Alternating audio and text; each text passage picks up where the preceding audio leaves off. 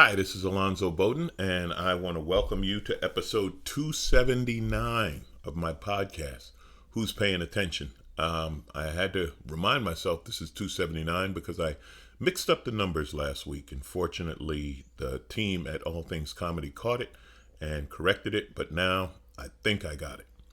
So, like I talked about last week, the news cycle is just so much. I do my best. I don't know if I can keep up. Oh, by the way, you might hear some background noise. It's funny. So again, followers know that I work on this technology. I've kind of set up a little a room in my house. It's kind of the Zoom room where I record stuff. And I put some sound deadening foam on the walls. But right now I have the windows open. So I think that kind of defeats the purpose. So if you hear a little nature, a few birds and whatnot, well, that's just the background noise. So thanks for that. Rayshard Brooks this weekend was killed in Atlanta. And that is it's partly interesting because I was supposed to be in Atlanta this weekend. I was supposed to be at the Punchline in Atlanta, and it got pushed to next month. So I'm still waiting to do my first live club show. But anyway, this happened in Atlanta. You probably saw the video by now. The story is that he fell asleep in the drive-through line at a Wendy's. They suspected him of being drunk. The cops came to arrest him for being drunk. He fought off the cops, apparently grabbed a taser from one of the cops, was running from him, turned around, pointed the taser. Didn't turn around. Actually, from the video, he just pointed the taser behind him, and the cops shot him. And, of course, they shot him in the back. He was running away. The mayor fired the cops. The police chief quit.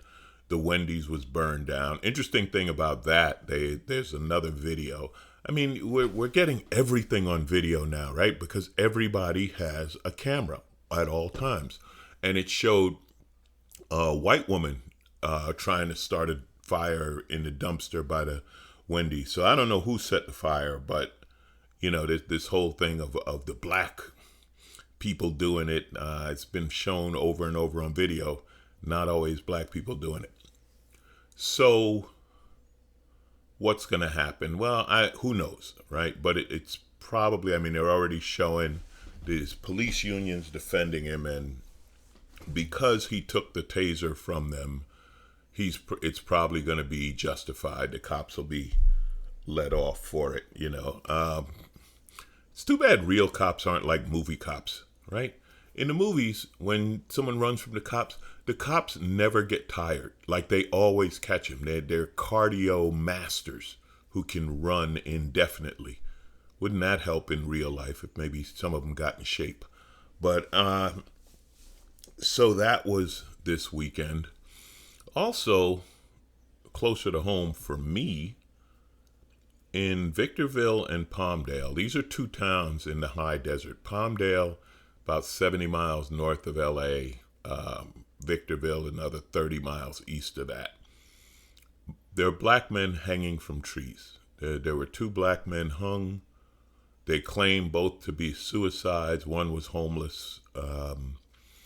Very suspicious. Very suspicious. In this time of Black Lives Matter protests and racists being emboldened by Donald Trump, for two black men to be hung, just, it's suspicious. Also, these are two towns where there is no shortage of racism. Palmdale is one of those communities that there was a lot of white flight to Palmdale. And I remember this specifically because this took place in the 80s when I was in the aerospace. And there's some big aerospace companies out there, Northrop and Lockheed. And I think Rockwell also had a plant out there. And they built all these new homes. And the idea was you move out there and you're going to work in aerospace. Well, the aerospace industry went away. There were a lot of empty homes out there. And a lot of those empty homes became Section 8 housing, where they moved black people. I know I'm all over the place, but just a lot of things happen and they intertwine. So Jimmy O Yang was on the Joe Rogan podcast, and Jimmy was talking about doing an urban show, and they were talking about that code that they use, urban, inner city, whatever, anything. They'll say anything except a black show. That's what they were laughing about. And this is what happened in Palmdale. A lot of those inner city urbans were moved out to Palmdale with the Section 8 housing, and a lot of white people who, not saying everyone, white person out in Palmdale is racist or anything like that, but a lot of them were really upset by all these black and brown people moving into their neighborhood where they moved out there to get away from. So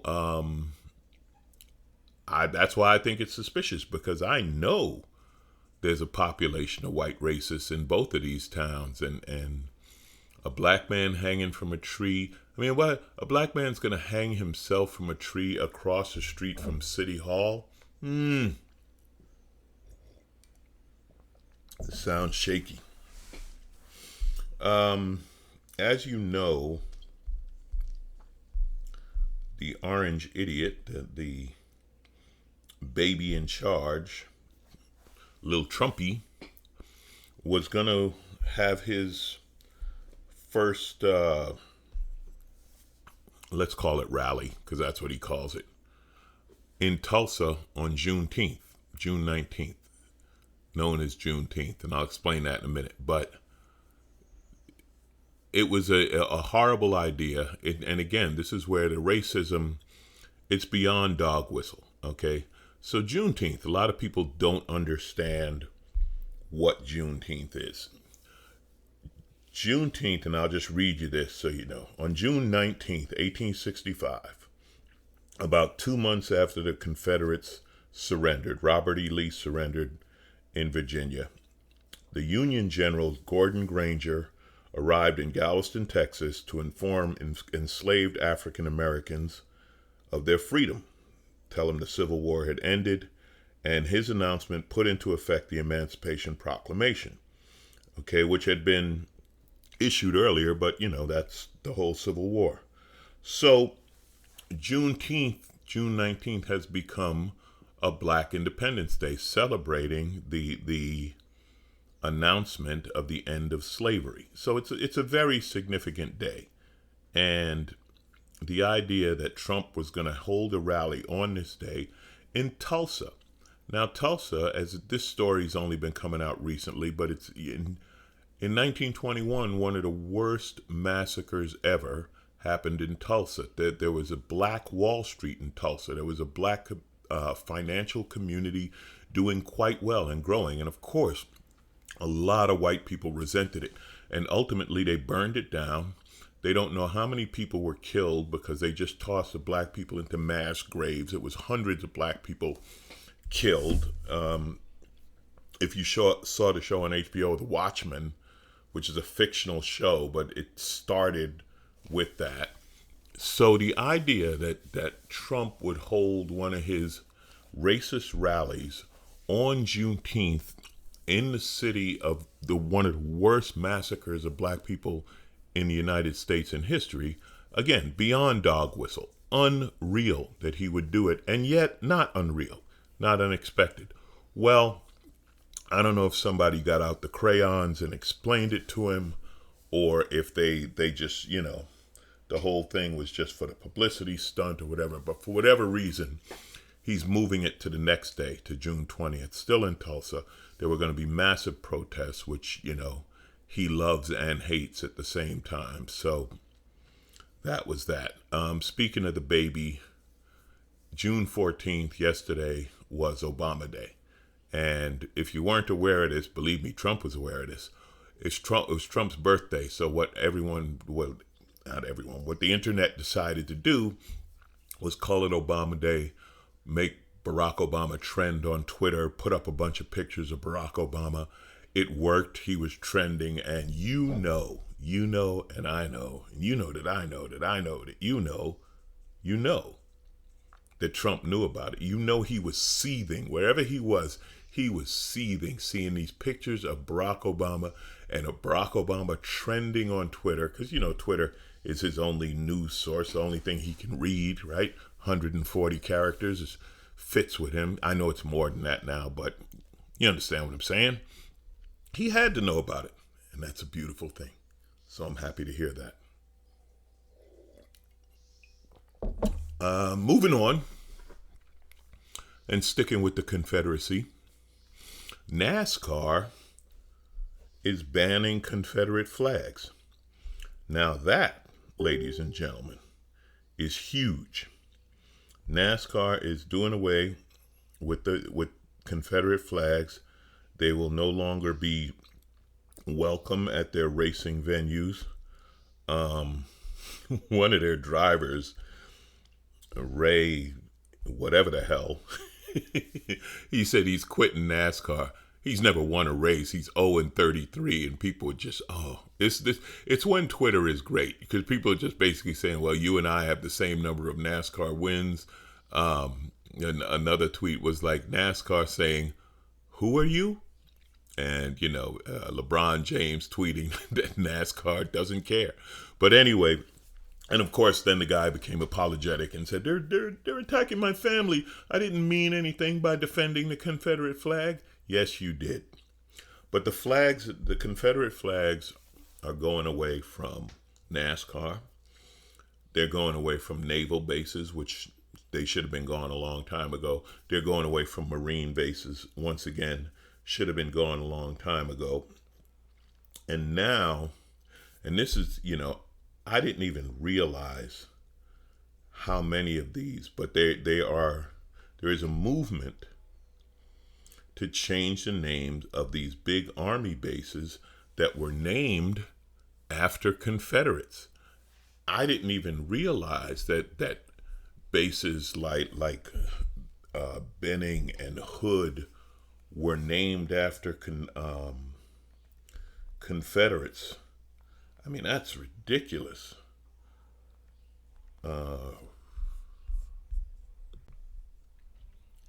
Fort Lee, Fort Bragg. Some of these are big bases named after Confederates, and people are like, well, why are they still named after Confederates? You wouldn't name a fort Bin Laden, or anything like that. You named them after. Okay, listen. It's time for the South and I know this is painful, and I hate to be the one to tell you, you lost. Yeah, the Civil War, the War of Northern Aggression, as you like to call it. Yeah, you lost. Okay, just stop it. Stop it. They're traitors. They fought against the United States of America. There is such the feigned ignorance. I've talked about this before, and it always bothers me. They always pretend they don't know. This is something that the Republican Party does when they send out those mailers and they send that information. Well, the Democrats liked slavery, and it was a Republican that freed the slaves, and blah, blah, blah. Yeah. Lincoln was a Republican, and back then the Democrats were the party of the South. But everybody knows, and everybody who says this knows, that the parties have switched. The identities have switched. So the Republican Party of today, which claims to be the party, America, some bitch, I ain't wearing no mask because I'm free here in America. Don't have to wear no some bitch mask, and I can go to the barbershop, and I got my rifle that I'm going to take to the Capitol to show that I can get my hair done and my nails clipped. Not that they do, the men anyway, but you've seen them in flip-flops. Really? How about a pedicure? If the places are open, please go groom your hoof. Anyway, claim all this America, claim all this freedom, yet they support the Confederates, and that was the most traitorous war ever. That was the war that they attempted to break up the country. The United States of America wouldn't be the United States of America. But guess what? You lost. Stop it. Let it go. Take down the statues.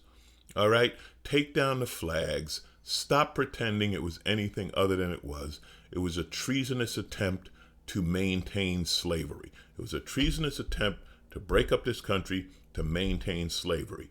So, if you want to wave your Confederate flag, stop pretending it's anything else but a sign that you're a racist. Own your racism. Stop being fucking cowards. You're a racist, be a racist. One of the fun videos I saw on Twitter, I like the quick one.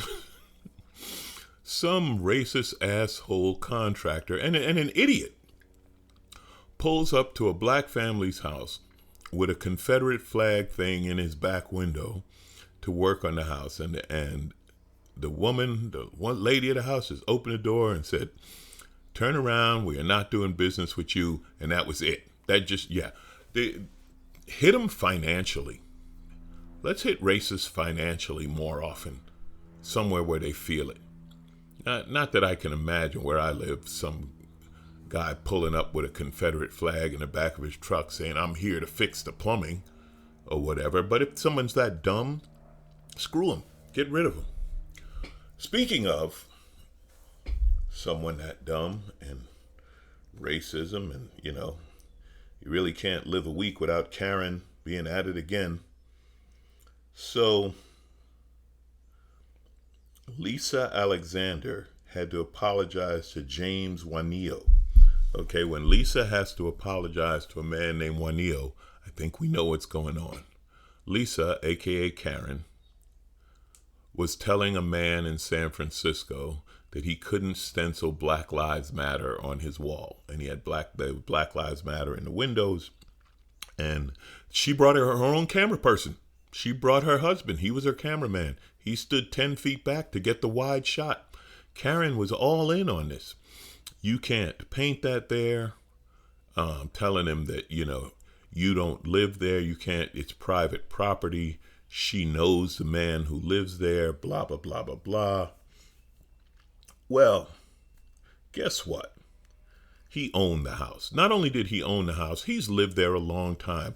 He has lived there so long that when Karen did call the cops and the cops showed up, the cops knew him. They were like, "Oh yeah, he lives there. It's his house." So now Karen, she's not fired because she's the CEO of her company. It's probably the only reason she wasn't fired. I love when they get fired. I think it's the best corporate statement. Corporations are putting up Black Lives Matter signs, but there's no better commitment to Black Lives Matter than firing a racist employee. But anyway, she can't get fired. So she says, "When I watch the video, I am shocked and sad that I behaved the way I did." What the hell? Like you didn't know you were behaving that way? Like you didn't know you were challenging this man? No. What you didn't know, and where your racism shows, is because the man is named Juanillo, and he is a brown man, I believe, of Filipino descent. You didn't think he could possibly own a home in San Francisco. San Francisco's gentrified beyond belief. You're some rich CEO of some company, and you couldn't believe a brown man owned a house in your neighborhood. Well, guess what, Karen? They owned houses in your neighborhood before you owned a house in your neighborhood. So she's apologizing. Now, this is the part I personally have a problem with. Juanillo said what she did is polite racism. It's respectable racism. And he will, accept her apology and talk to her. And no, I don't think that we should make these racists comfortable. I don't think we should we shouldn't just say, "Yeah, it's okay. It's okay." Because then why would they stop? Why would they stop? If you can do this and just issue a bullshit apology and there's no penalty, you think she's going to stop? You think she's not going to challenge other black or brown people walking around in her neighborhood with her cameraman behind her? No, Mr. Juanillo, I respect you. It's your opinion. It's your choice. It is your home. But I wouldn't take Karen's apology on this. I tell Karen, go to your meeting, whatever the hell. Talk to them. Speaking of this, calling the cops. I have a big problem with defund the police. Not the idea, the slogan. because it's almost like this was written for the Republicans and the right wing to use. Defund the police. What scared white people here is get rid of the police department. Nothing would scare them more than the idea of getting rid of the police department. Who the hell would Karen call if there's no police? That would be like a Walmart without a manager, or a Nordstrom's without a manager. Depends on how much money Karen has. I think Becky's more Walmart and Karen's more Nordstrom. I think. I don't know. But anyway, defund the police. So let's be clear. It doesn't mean get rid of police departments. It doesn't mean shut down police departments. It means take away some of the money from these police departments that have unbelievably big budgets and use that money in the community. Use it for community centers, use it for education. Somebody in Brooklyn was talking about bring back the police athletic league. A lot of people don't know this. They had this when I was growing up. The police athletic league was like a little league for kids. And you want to talk about a different type of policing. Imagine police running leagues where kids can play basketball or baseball or boxing. They used to support Golden Gloves and stuff like that. Put money into stuff like that rather than more and more militarization. There's a video out, a man in South Carolina, and they're talking about this video basically in Know Your Rights. And you can find it on Twitter or just Google Know Your Rights. It's an open carry state. Black man had a gun. He was in a county park. Somebody called the cops. 8 police showed up. They were wearing their military gear. You wouldn't have thought they were police. You'd have thought they were soldiers. They had on camouflage and bulletproof vests and their helmets, the whole thing, right? Why do police departments have camouflage? Why do police departments have camouflage? Again, this is where defund the police. Stop wasting that money. Spend that money on basketballs. Just saying. Anyway, they roll up on this man.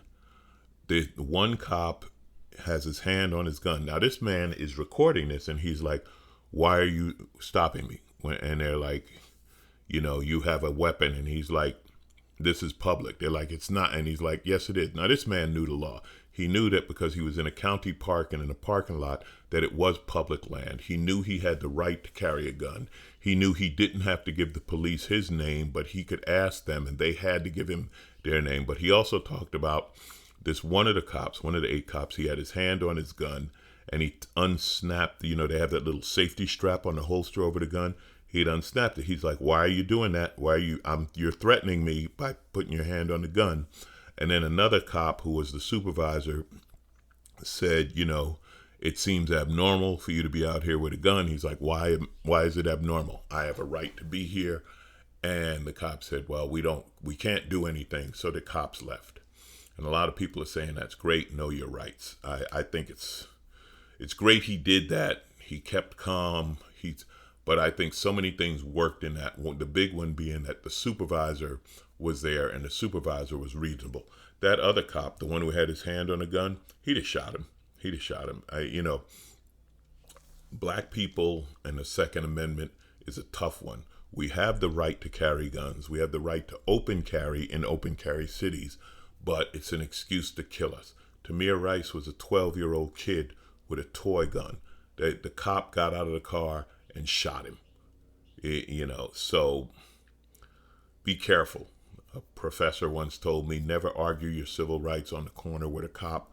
I'm going to talk more about that in a minute, but that's good advice. But anyway, getting back to this defund the police, it's simply a matter of the Democrats can't come up with good slogans.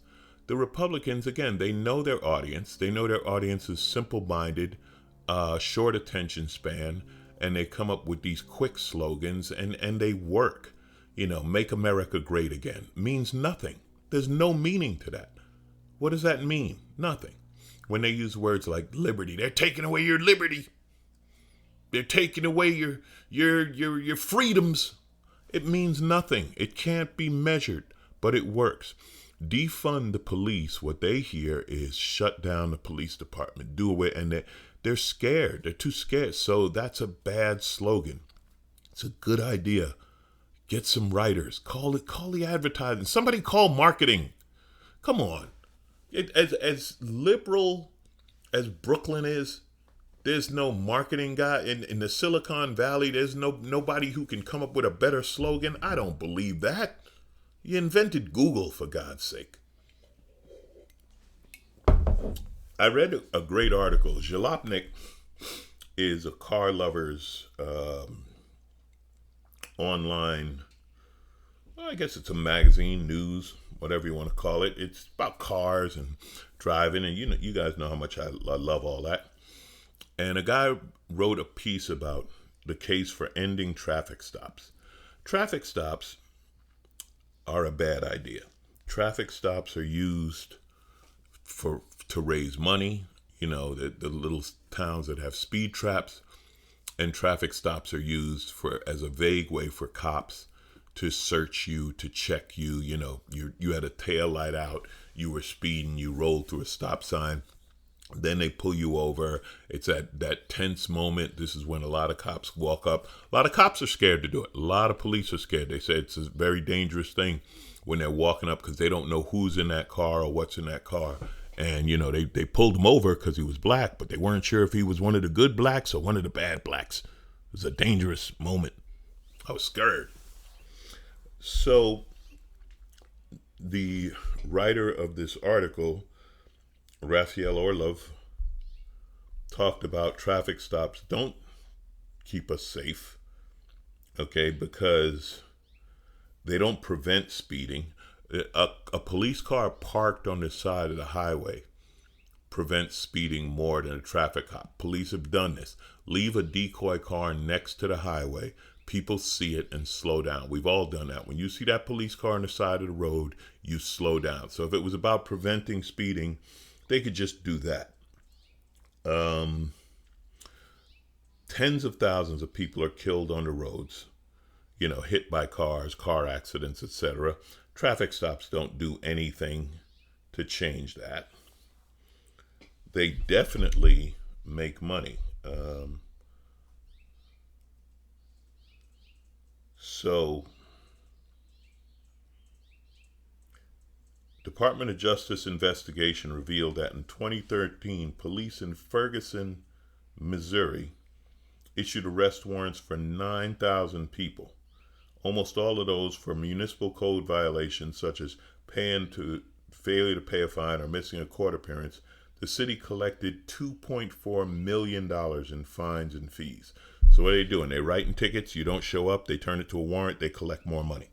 That's part of the game. And we know what happened in Ferguson, but a lot of small towns do it.